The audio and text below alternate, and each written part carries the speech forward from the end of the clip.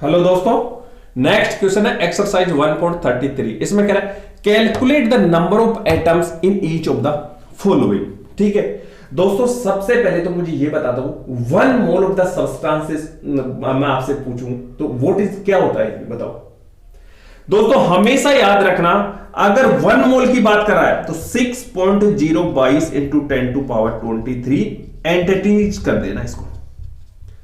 मतलब अगर एटम की बात कर रहा है तो 1 मोल एटम की इक्वल टू कितना होगा, 6.022 into 10 to power 23 atoms. Molecule की बात कर रहा है तो मोलिक्यूल, और पार्टिकल की बात कर रहा है तो पार्टिकल। क्लियर। अब ये कह रहा है कि 52 मोल्स ऑफ आर्गन, मतलब 52 मोल्स ऑफ आर्गन है आपके पास। कितने? 52। तो 1 mole of argon equal to कितना होगा, एटम्स कितने होंगे, इतने, है ना। 1 mole of argon atom equal to होता है 6.022 into 10 to power 23 atoms. 1 mole equal to, तो 52 इक्वल टू कितना होगा बताओ। 52 से मल्टीप्लाई कर दो इसको, इतने एटम्स होंगे। अरे 1 मोल इक्वल टू इतने होते हैं तो 52 इक्वल टू कितने होंगे, 50 मोल्स इक्वल टू, तो मल्टीप्लाई करोगे ना।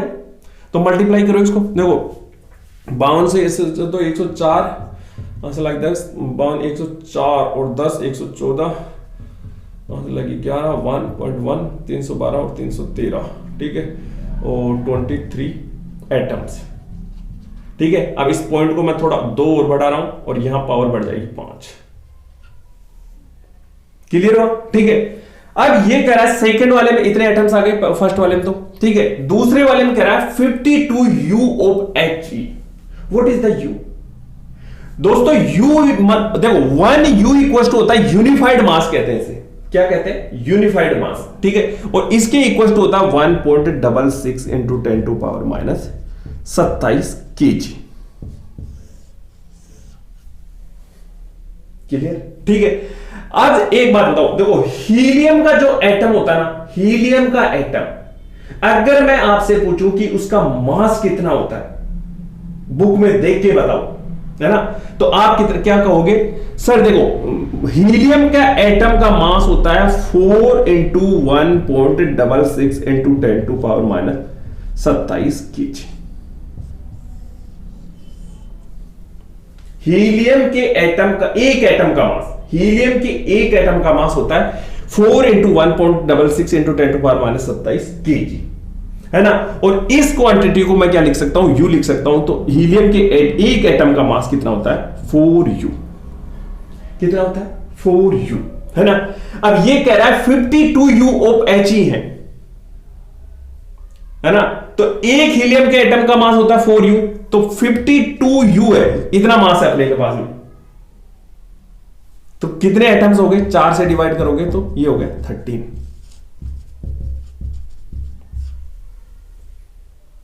कोई कंफ्यूजन?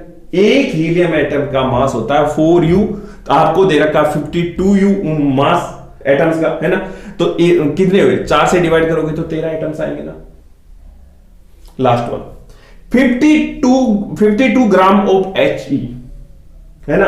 अब हीलियम देखो 1 mole of helium molecule, sorry 1 mole of helium atom के का मास कितना होता है। 1 मोल मतलब 6.022 into 10 to power 23 atoms of helium का मास कितना होता है ना। तो कितना होगा, उसका होता है 4 ग्राम। कितना होता है, 4 ग्राम, है ना। ये आपको दे रखा है 52 ग्राम।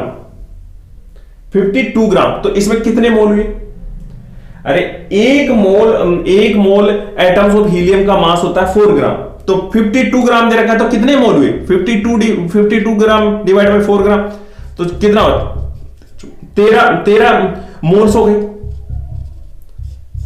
है ना।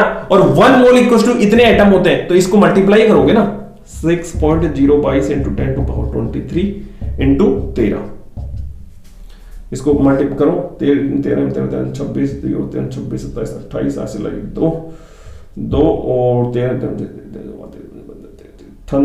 ठीक है, 73। ठीक है, अब इसको पॉइंट को एक और बढ़ा दो इधर, तो ये हो जाएगा 24 एटम्स।